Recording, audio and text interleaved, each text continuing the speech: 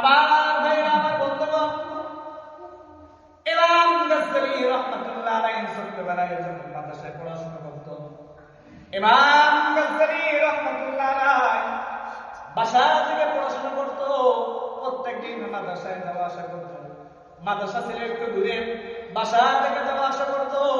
যাওয়া আসার মাঝখানে মাদ্রাসা এবং বাসার মাঝখানে একটা বাড়ি বন্ধ ছিল, কিছু বাড়ি বন্ধ ছিল।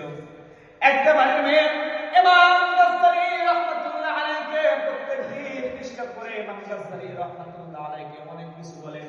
ইমাম গাজ্জালী রাহমাতুল্লাহ আলাইহি ওই কথায় কোনো কান নাই। ইমাম গাজ্জালী রাহমাতুল্লাহ আলাইহি বলে, আপনি আমাকে ডিস্টার্ব করবেন না, আমি দুনিয়ার কোনো গুনার মধ্যে লিপ্ত হতে চাই না। ওই মেয়েটা একদিন গেল, 2 দিন গেল, 3 দিন 4 দিন এইভাবে লাগাতার ইমাম গাজ্জালী রাহমাতুল্লাহ আলাইহিকে ডিস্টার্ব করতে আছেন। ইমাম গাজ্জালী রাহমাতুল্লাহ আলাইহি হঠাৎ করে একদিন ওই যুবতীকে ডাক দিয়ে বলে, কি সমস্যা, আপনি কেন আমাকে ডিস্টার্ব করেন? যুবতী বলল, আপনাকে অনেক ভালো লাগে, আমি আপনার সাথে গুনার কাজে লিপ্ত হতে চাই। ইমাম গাজ্জালী রাহমাতুল্লাহ আলাইহি বললেন, আমার দ্বারা এটা করে কোনো সম্ভব না। আমি মাদ্রাসায় পড়াশোনা করি, অর্থাৎ আমি আমার আল্লাহ তাআলাকে ভয় পাই, আমি কোনো গুনার কাজের মধ্যে লিপ্ত হইব না। ইমাম গাজ্জালী রাহমাতুল্লাহ আলাইহি এই কথা বলার পরে যখন মাদ্রাসার মধ্যে চলে গেলেন, এইভাবে 3 দিন 4 দিন 1 সপ্তাহ যাবত যখন চলে গেল, মেয়ে যখন ইমাম গাজ্জালী রাহমাতুল্লাহ আলাইহি যখন ঘায়েল করতে পারল না, এই মেয়েটা একদিন ইমাম গাজ্জালী রাহমাতুল্লাহ আলাইহি কিভাবে ঘায়েল করবে?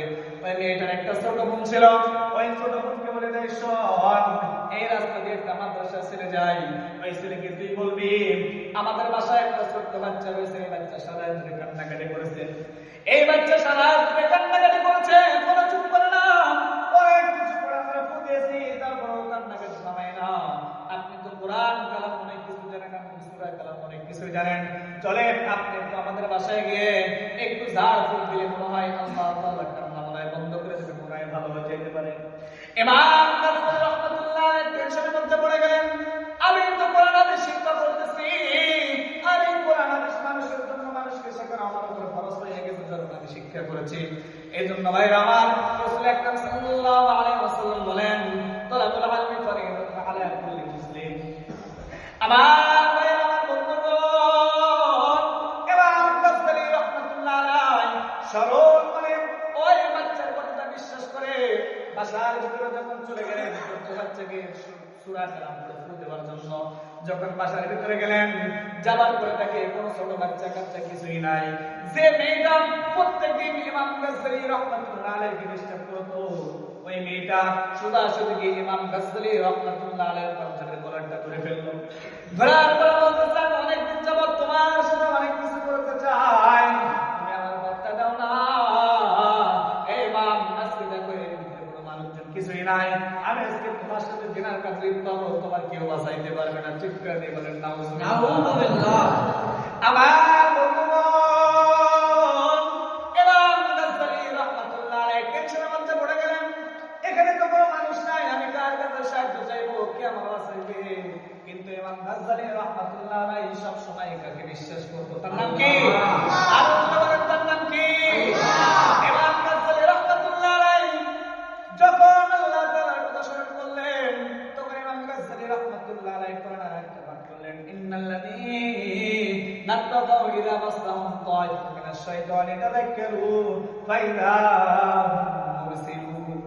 আল্লাহ তাআলা কোরআনের মধ্যে বলেন, ইন্নাল্লাযীনা তাকাউ ইযা মাসসাহুম তায়িফুম মিনাশ শাইতান।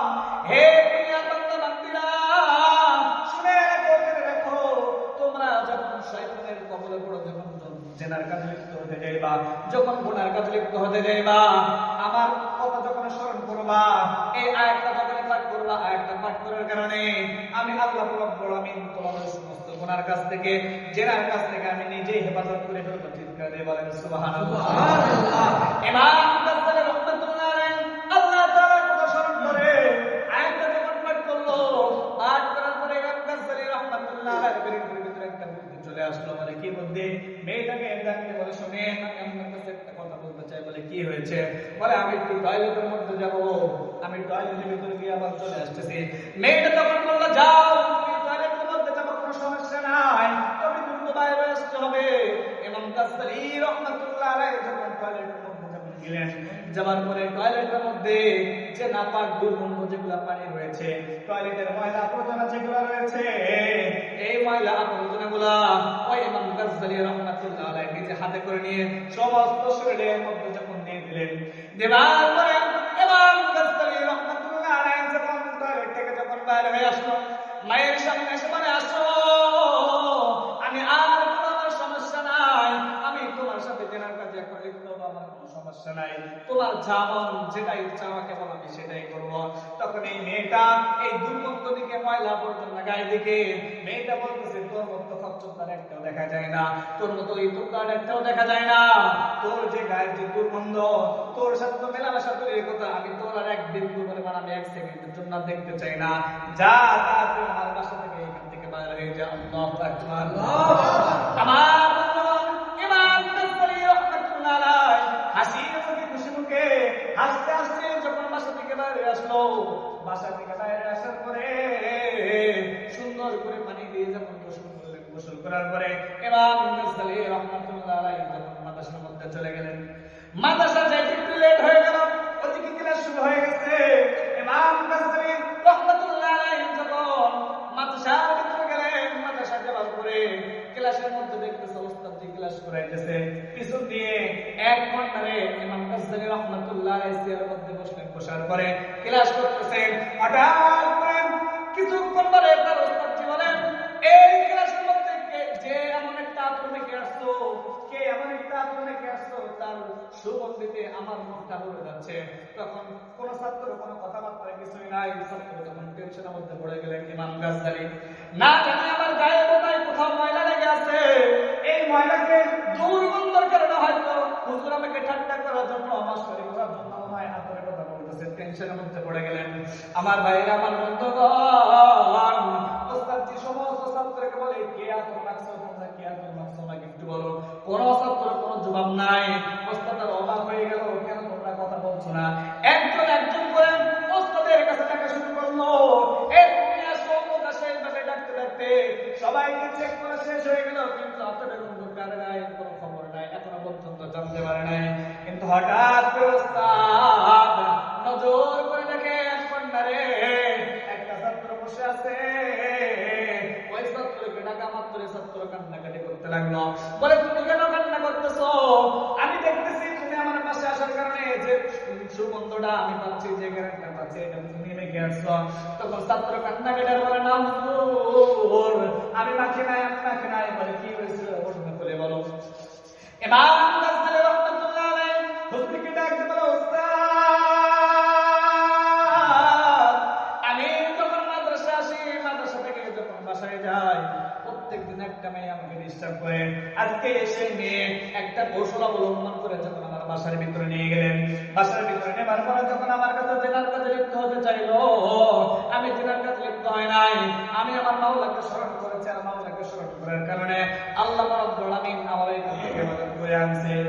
ওস্তাদ সমস্ত ছাত্রকে ডাকতে বলে, দেখো জান্নাতে মানুষদের দেখতে হয়, আমার এই ছাত্রদের তোমরা দেখো, কারণ আল্লাহ রাব্বুল আলামিন এই গুনাহের কাজে লিপ্ত না হওয়ার কারণে আল্লাহ তাআলা তাকে এমন কবুল করে করছেন, জান্নাতে যে সুগন্ধটা আমাদের মাখানো হবে, ওই সুগন্ধটা দুনিয়ার মধ্যে আমার এই ছাত্রকে মাখাই দিয়েছে। আল্লাহু আকবার।